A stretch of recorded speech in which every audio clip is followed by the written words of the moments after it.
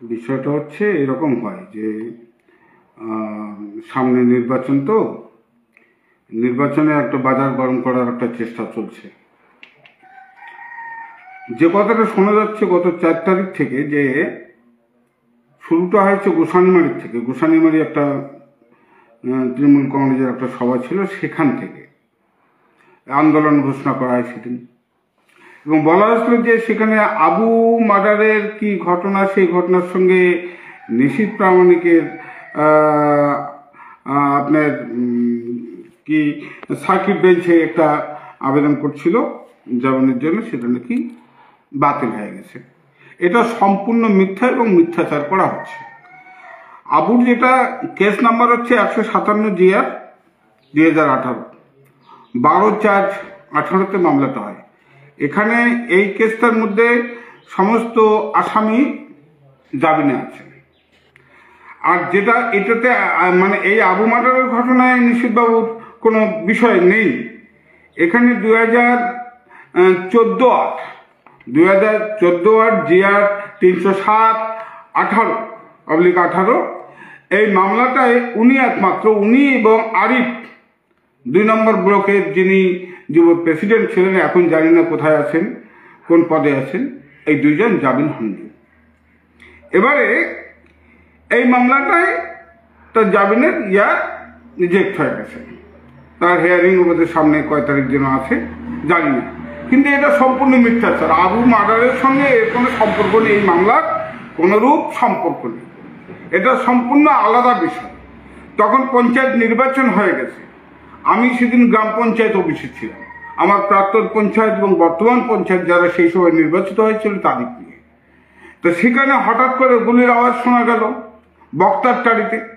সেখানে এই বোর্ড গঠন যাতে আমরা করতে না পারি, প্রধান গঠন, 2 নম্বর অঞ্চল প্রধান গঠন, ওকরাবাড়িতে এইগুলো করতে না পারি, সেজন্য নতুন করে একটা ওরা ঘরোয়া ক্যাসাল করে আমাদের ঘাড়ে দায় চাপাল, আমাদের আসামি করলে সেই মামলার 307 GR 18 এই মামলা হচ্ছে নিশীথ প্রামাণিক আবেদনটা করছিলেন সার্কিট বেঞ্চে। আবু মার্ডারের ঘটনার সঙ্গে এর কোনো সম্পর্ক একদম নেই। এটা সম্পূর্ণ মিথ্যাচার করছেন, এবং যারা করছেন তারা না জেনে শুনে কার কাছে কি শুনে এটা মিথ্যাচার করছেন। এবং সেই দাবিতে আমি দেখছি কালকে আমি দিনাটায় ছিলাম, পশ্চিমবঙ্গের ঘোষণা করছিলেন দিনাটা থানায় ঘেরাও করবে। দিনাটা থানাটা কি, পুলিশ মন্ত্রী হচ্ছে খোদ নেত্রী মমতা ব্যানার্জি, স্বরাষ্ট্র দপ্তরের মন্ত্রী তিনি। পুলিশের উপরে অনাস্থা মানে স্বরাষ্ট্র দপ্তরের প্রতি অনাস্থা মানে নেত্রীর প্রতি অনাস্থা। আমি জানি না এই ঘটনাগুলো কিভাবে করছেন ওরা। পুলিশ নাকি কোনো কাজ করছে না, সেদিন আমি শুনলাম। আমার সব ফেসবুকে তো সব কিছু পাওয়া যায়। আমার মাননীয় উত্তরবঙ্গ উন্নয়ন মন্ত্রী সাহেব বলছেন আইসি সাহেবকে ঘুষখোর, উনি ঘুষ খেয়েছেন বেটাগুড়িতে, সেই জন্য বেটাগুড়িতে কিছু করছেন না, অন্যদিকে দাবাং অফিসার মতো ঘুরছে, যে সমস্ত কথাবার্তা শুনছি। এটা গেল একটা পার্ট, এটা নিয়ে একদম জলঘোলা করছেন কি জানি না। এদিকে বেটাগুড়ি একটা শান্ত জায়গায়, সেটাকে অশান্ত করার চেষ্টা করছে। সেখানে বেটাগুড়িতে পার্টি অফিস আছে, টিএমসি, সেখানে তো আমাদের বিজেপির কোনো লোক যায় সেখানে বসে না। পার্টি অফিস আছে, পার্টি অফিসে টিএমসির লোকজন আসলে যদি বাধা দেয় তখন তো কথা হবে। এখন টিএমসির লোক যদি না আসি বসে, বাধা যদি না দেয়, তারা যদি না বসে, তাহলে তো এখানে বিজেপির কিছু করার নেই। সেটাকে নিয়ে একদম সমস্ত লোক, জেলার সমস্ত ওর নেতা নিয়ে আসলে বেটাগুড়িতে, নিয়ে এসে সেখানে মিছিল করলো, বাজার গরম করা। বেটাগুড়ির শান্ত পরিবেশ আছে, কারণ গত পঞ্চায়েত নির্বাচনে যে পঞ্চায়েত নির্বাচন হয়ে গেছে, পৌরসভা নির্বাচন হয়েছে, কিভাবে নির্বাচন হয়েছে দিনাটা শুধু না গোটা রাজ্যের মানুষ জানেন বিষয়টা, যে কিভাবে নির্বাচন করছে, কিভাবে সন্ত্রাস করছে, কিভাবে একদম ভোটের ওখানে রেগিং করছে, তারপরে স্টোর রুমে রেগিং করছে। কোন জায়গাটা রেগিং হয়নি, বাক্সের ভোট গণনাই হয়নি, তার আগেই ফলাফল ঘোষণা হয়ে গেছে। এমন ঘটনা তো রাজ্যে আমরা বহু পাইছি, এটা তো ঘটনা ঘটছে। তো সেই পরিস্থিতিতে দাঁড়িয়ে মাতালার গ্রাম পঞ্চায়েত, ভেটাগুড়ি 1 নম্বর গ্রাম পঞ্চায়েত, ভেটাগুড়ি 2 নম্বর গ্রাম পঞ্চায়েত, 3টে গ্রাম পঞ্চায়েত বিজেপির হাতে আছে। কি মহামারী দর্শক হলো। অন্য গ্রাম পঞ্চায়েতের 2, 4, 5, 6টা একটা পঞ্চায়েতের কারণে তো প্রধান গ্রহণ করতে পারেনি। এটা তো 2018-তে ছিলই না, বাতি জ্বলার মতো লোক ছিল না। তারপরেও 2018-তে কিন্তু আপনার 2019-এ লোকসভা নির্বাচনে বিট্টু জিতছে, তখন তো বিজেপির কিছু ছিল না। আসলে ঘটনাটা হচ্ছে পায়ের তলার মাটি চলে গেলে যা হয় তাই করছে নেতারা।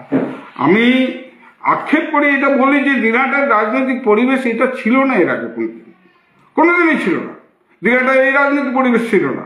মিছিল হচ্ছে, মিটিং হচ্ছে, টিএমসি করছে, সিপিএম করছে, সবাই আলাদাভাবে মিছিল মিটিং করছে, কিন্তু এভাবে মিথ্যা কেস, মিথ্যা মামলা, মিথ্যা ঘটনা সাজায়, মিথ্যা যে ঘটনাগুলো একটার পর একটা চলছে, আমার বিরুদ্ধে বহু মামলা এরকম ঘটনা করা আছে।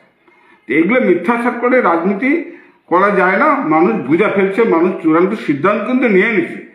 ইতিমধ্যে কিছুদিন আগে আমার সিতাই 5 নং মন্ডল সভাপতি ঈশ্বর দেবনাথ, তার বাড়িতে একটা পার্টির কর্মসূচি সে করছে, আমার বাড়িতে আমি করছি, আমার বাড়িতে যাদের নিয়ে করছি সেখানে যারা আসছিল সেই মিটিংয়ের মধ্যে সাধারণ মানুষ, সেই মানুষগুলোর বাড়িতে ওই দিনে হামলা হয়। তারপরে আবার দেখি বিকালে নাকি ওখানে ঈশ্বর দেবনাথের বাড়িতে দিকে হামলা হলো। কারা করলো? টিএমসি কোনো নেতা? তারা তো জানি, তারা তো দূরে আছে। আমার কিছু জুনিয়র ছেলে, ছোট ছোট ছেলেকে পাঠিয়ে দিয়ে সেখানে গন্ডগোলটা করলো। আজকে এই ছেলেরা কেস খাবে, মামলা খাবে, মামলা চলতে থাকবে, নেতারা নেতাদের জায়গায় থাকবে। সাধারণ ছেলেদের লেলিয়ে দিয়ে বিভিন্ন জায়গায় গন্ডগোলগুলো করা হচ্ছে, কেস কাবারি করা হচ্ছে। এই কেস তো চলতে থাকবে। এই নেতারা কোথায় যাবে, কখন যাবে, কোথায় যাবে ঠিক নেই, কিন্তু সাধারণ ছেলেগুলা তারা আজকে এই কেসের মধ্যে পড়ছে বারবার বিভিন্ন জায়গায়। এই অশান্তির পরিবেশ তৈরি করছে কারা? এর জন্য দায়ী কে? গ্রামের সাধারণ মানুষ, না এই সমস্ত কিছু নেতা যারা উচ্ছৃঙ্খল আচরণ করছে, বিভিন্ন জায়গায় বাস দিয়ে ডাঙাবে, কেসে খাটাবে, জেল খাটাবে, ইত্যাদি ইত্যাদি ভাষা বলে দিনহাটার রাজনীতিটা উত্তপ্ত করছে? এটা আমরা নিন্দা করি, আমি নিন্দা করি। এবং সেখানে একজন কর্মী, দলীয় কর্মী বা একজন দলীয় নেতা যদি কোনো রাজনৈতিক দলের থেকে আক্রান্ত হয়, তো পার্টির নেতাদের কাজ তার বাড়িতে যাওয়া, তাকে আশ্বাস দেওয়া, তার পাশে দাঁড়া। সেখানে আমাদের রাজ্যের সভাপতি, জেলার সভাপতি, রাজ্য সভাপতি কুচবিহার আসছে, এখন ঈশ্বর দেবনাথের বাড়িতে আসবে। তিনি যখন কুচবিহার পার্টি অফিস থেকে আসতেছেন, সেখানে কি ঘটনা ঘটল? সেখানে বিরোধী রাজনৈতিক দল তারা বাধা দিল না। অবাক হওয়ার কাণ্ড যে সেখানে কুচবিহার পুলিশ তাকে মারাপাড়া ডিগ্রির মধ্যে আটকে দিল। দিনহাটা আসা যাবে না। কেন? কেন আসা যাবে না? কি কারণ? এর ব্যাখ্যা কিন্তু পুলিশ দিতে পারছে না। কাদের নির্দেশে পুলিশ এই ঘটনাগুলো করছে? এবারে দিনহাটা আসার আগেই আমি যেটা লক্ষ্য করলাম যে ডেপুটেশন দিচ্ছে, আমি তো তখন থানায় হাজিরা দিতে গেছি, আমি তো শুনতেছি ওখান থেকে সমস্ত ঘটনা। থানায় আইসি সাহেবের বিরুদ্ধে অনেক বাজে কথাবার্তা শুনলাম। আইসি সাহেব ঘুষ খাওয়ার জন্য ওদিকে যান না, এই সমস্ত কথাবার্তা শোনা গেল। আজকে থানায় ডেপুটেশন কারা দিচ্ছে? একটা রুলিং পার্টির মন্ত্রী, সেখানে রুলিং পার্টির জেলার সভাপতি, অন্যান্য নেতৃত্ব, সব নেতৃত্ব সেখানে উপস্থিত। কি দেখলাম আমরা? তার মানে পুলিশের উপরে অবস্থা, পুলিশের উপরে আস্থা নেই, পুলিশ ঠিক মতো কাজ করছে না। তা পুলিশের মন্ত্রীকে, মন্ত্রী তো স্বরাষ্ট্র দপ্তরের মন্ত্রী হচ্ছে আমাদের রাজ্যের মুখ্যমন্ত্রী, তাহলে অনাস্থাটা তার প্রতি প্রকাশ পায়। এই তো নিয়ম। তাদের যদি কোনো বক্তব্য থাকে তাহলে বলতে পারে, এসপির কাছে বলতে পারে যে দিনহাটা থানা এই কাজ করছে না। সেটা না করে দিনহাটায় থানা ঘেরাও করে একটা বাজার গরম করলো। আবার দেখা গেল ঝুড়িপাড়ার কোনো লোক নেই, ঝুড়িপাড়ার কোনো লোক নেই। সেখানে ঝুড়িপাড়া মোড়ে ঈশ্বর দেবনাথের বাড়িতে আসার আগে যে মোড়টা আছে, সেই মোড়ের মধ্যে গুটি কয়েক লোক, একটা জেলার নেত্রী, মহিলা নেতৃত্ব শুরু করে যত নেত্রী ওখানে জমায়েত হয়েছেন। আসলে তো কাজের কাজ কিছু হয়নি। কতটা মানুষ ছিল ওই ডেপুটেশনে, কতটা মানুষ ছিল ওখানে? ওই যখন এই কালো পতাকা বা ঝাড়ু নিয়ে ওখানে আছে, আজকে আপনারা ঝাড়ু দেখাবেন, আপনারা কালো পতাকা দেখাবেন, আপনারা যখন অন্য বিধানসভা নির্বাচন যেখানে বিজেপির বিধায়করা আছে সেখানে যাবেন, তো সেখানে আপনাদের দেখাবেন। তো এই পরিবেশটা তো রাখা ঠিক না। এই পরিবেশ তো দিন দিন উত্তপ্ত হচ্ছে। এই পরিস্থিতির মধ্যে কালকে রাজ্যের সভাপতি দিনহাটায় ঢুকতে পারলেন না। কেন? এটা কি দাসখত কাউকে জমিদারি রেখে দিয়েছে? জমিদারি নেই তো কারো। রাজনীতির যদি গণতন্ত্রকে বিশ্বাস করেন তাহলে পরে আপনার যে যেভাবে রাজনীতি করেন, যেভাবে মিছিল করেন, যেভাবে মিটিং করে করো, বাধা কিসের? কেন বাধা? এত উন্নয়নের কাজ করছেন 12 বছরে। এত উন্নয়নের কাজ যদি 12 বছরে করে থাকেন, লক্ষ্মীর ভান্ডার থেকে বহু ভান্ডার দিয়ে দিয়েছেন মানুষকে, তাহলে আপনাদের ভয় কিসের? কেন পঞ্চায়েত নির্বাচনে এত ঘটনা হলো? কেন পঞ্চায়েত নির্বাচনে এত মানুষ মারা গেল গোটা রাজ্য জুড়ে? এই প্রশ্নের উত্তর কে দেবে? 5 বছর রাজ্যের নির্বাচন হয়ে গেল, বিধানসভা নির্বাচন, সেখানে একটা খুন হলো না, একটা মামলা হলো না, সেখানে ভোট হলো, ভোটে আবার বিজেপি ক্ষমতায় আসলো। এটা হচ্ছে ঘটনা। এদের মাথার টনক নড়ে গেছে। আর নিশীথ প্রামাণিক কীরকম মানুষ, ভালো না মন্দ, সেটা কুচবিহারের মানুষ জেনে ফেলছে, গোটা দেশের মানুষ এখন জানে। তাকে টার্গেট করে দিনের পর দিন যত এই সমস্ত কুৎসা রটাবেন, তত নিশীথ প্রামাণিকের পক্ষে মানুষ যাবে। নিশীথ প্রামাণিককে ঠেকানোর জন্য যত চক্রান্ত করে, সমস্ত চক্রান্ত ব্যর্থ করে, নিশীথ প্রামাণিকের সৈনিক যারা আছে, যারা দলকে ভালোবাসে, রাষ্ট্রবাদীতে বিশ্বাস করে, তারা মাঠে নামবে, ঠিক সময় মতো বুঝতে পারবে। শুধু পুলিশ দিয়ে রাজনীতি হয় না, এটা বামফ্রন্ট আমলে রাজনীতি করার চেষ্টা করছিল, কিন্তু দেখা গেছে শেষে পুলিশ যখন দেখে যে না, শক্তি বিরোধী শক্তি কম না, তখন পুলিশের কাজ পুলিশ ঠিক মতো করে দেবে। আসলে পুলিশরাও বিপদে পড়ছে। রাজ্য শাসক দল পুলিশের উপর চাপ সৃষ্টি করে পুলিশকে কিছু কিছু জায়গায় কিছু পুলিশ অফিসারকে দিয়ে অন্যায় কাজ কিছু করাচ্ছে। তো অস্বীকার কথা না, কিছু ভালো পুলিশও আছে। এই অবস্থা চলছে দিনাটা, এটা আমরা নিন্দা করি, আমি নিন্দা করি। দিনাটার এই রাজনীতির পরিবেশ এর আগে কোনোদিন ছিল না। দলের থেকে লোক চলে যাচ্ছে। ওই গোসাইনের মাটিতে দেখলেন কিছু লোক মঞ্চে তুলিয়ে তারা বলে দলেই নিল। আরে ওই লোকগুলো তো টিম ছিল, ওই লোকগুলো তো টিম ছিল। কারা এরা? সবাইকে তো আমি চিনি। নাম কিনলো জানায়। বিজেপি তো লোক যাচ্ছে না এখন, দিনে দিনে প্রতিদিন বিজেপির থেকে লোক আসতেছে, টিএমসির থেকে লোক আসতেছে বিজেপিতে। এটাকে আটকাতে পারবে না মানুষ। আতঙ্ক আছে, ভয় আছে কিছু না, মানুষের ভয় কাটবে।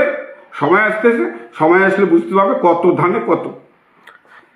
কালকে দিনাটা থানায় ঘেরাও অভিযান কর্মসূচি যখন তৃণমূলের হলো, তার কিছুক্ষণ পরেই উত্তরবঙ্গ উন্নয়ন দপ্তরের মন্ত্রী সোশ্যাল মিডিয়ায় তৃণমূলের একাধিক নেতা নেত্রী, গ্রাম পঞ্চায়েত প্রধান সহ বিভিন্ন জনপ্রতিনিধি তাদের নাম উল্লেখ করে পোস্ট করলেন যে এদেরকে মাঠে দেখা যায়নি, আগামীকাল দেখা যায়নি। কিসের ইঙ্গিত বুঝছেন এটা? এটা তো বুঝে যাচ্ছে, আপনারা বুঝছেন, আমরা বুঝতেছি। মানুষ আগে যেভাবে টিএমসি দলের স্বতঃস্ফূর্তভাবে আসছে, মানুষ এখন আসতেছে না। সংগতি ময়দানে সেদিন জমায়েত যেটা হয়েছে, আমি বহুত লোকের সঙ্গে আমার সঙ্গে যোগাযোগ হচ্ছে, যত লোক ছিল তো অর্ধেক লোকে ভোট দেবে না, ওদের ভয়ে আতঙ্ক করে জোর করে মানুষকে নিয়ে নিচ্ছে। নিজেদের কর্মকাণ্ড কি হচ্ছে আর মানুষ কেন ডেপুটেশনে আসতেছে, সেটা তো দলের ভিতরে কোথায়, এটা প্রকাশ করার কি ব্যাপার আছে? এরকম বহুত লোক আছে যারা আমাদের সঙ্গে যোগাযোগ করছে, অনেক পঞ্চায়েতে যোগাযোগ করছে। ওইরানো টিএমসি যারা আছে, লাঞ্ছিত, বঞ্চিত, অবহেলিত চতুর্দিক থেকে তারা আমাদের সঙ্গে যোগাযোগ করছে, ঠিক সময় মতো সব কিছুর বহিঃপ্রকাশ করবে।